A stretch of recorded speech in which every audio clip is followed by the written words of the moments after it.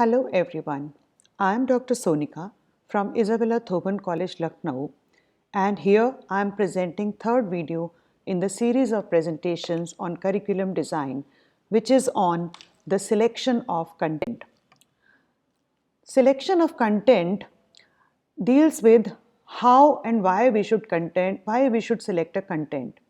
The content is usually considered to be the most important component of developing a curriculum, and it is a powerful means to attain the aims of teaching a particular content. The process of selecting a content can be viewed at three levels. The first level deals with selection and clarification of the conceptual framework related to the content area. It is the broadest and the largest one.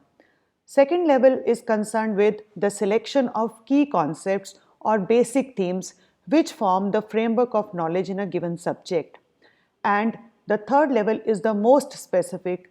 At this level, the content items are matched with the key concepts and they are also in consonance with the objectives of the curriculum.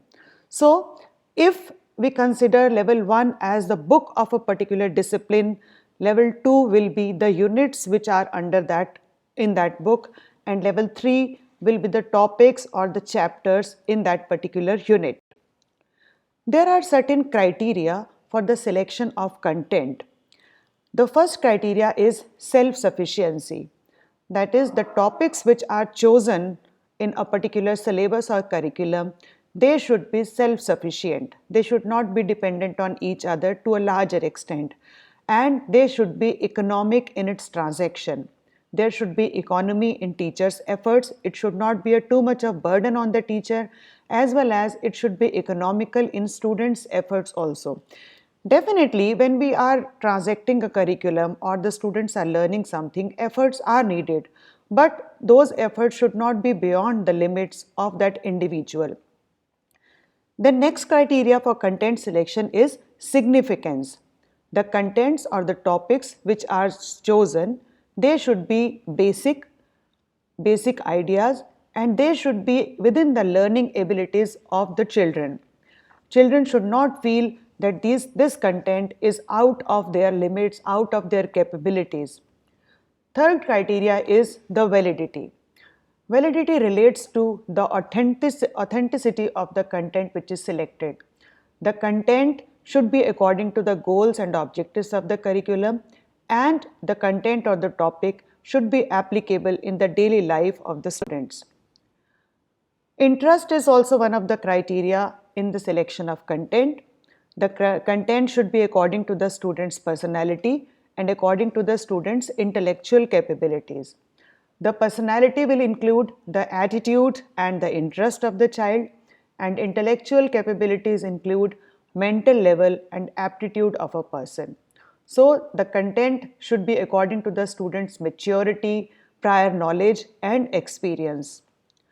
Utility as a criteria suggests that whatever topics are chosen, they should be useful to the child. They should be useful in the future life, that is when the selection of the career or a profession is there.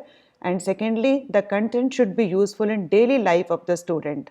The content should not be out of should not be out of touch of the child. The child should be able to relate the content in daily life situations. Learnability is another criteria for the content selection. The content or the topics which are chosen, they should be an appropriate sequence, they should be easily understandable, and they should be within the range of students' abilities. They should not be very difficult, they should not be very easy, and they should emerge from each other.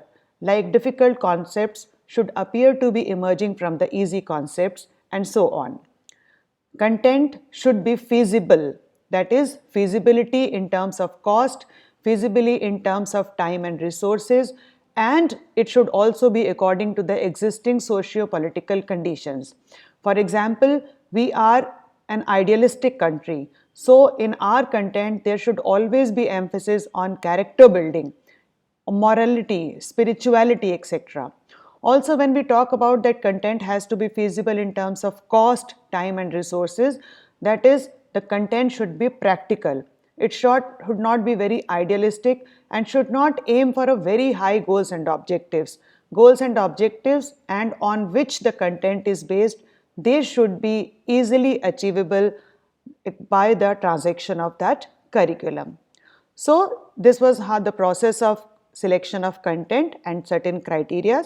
In the next video, we will do how this selected content can be organized in a particular sequence. Thank you.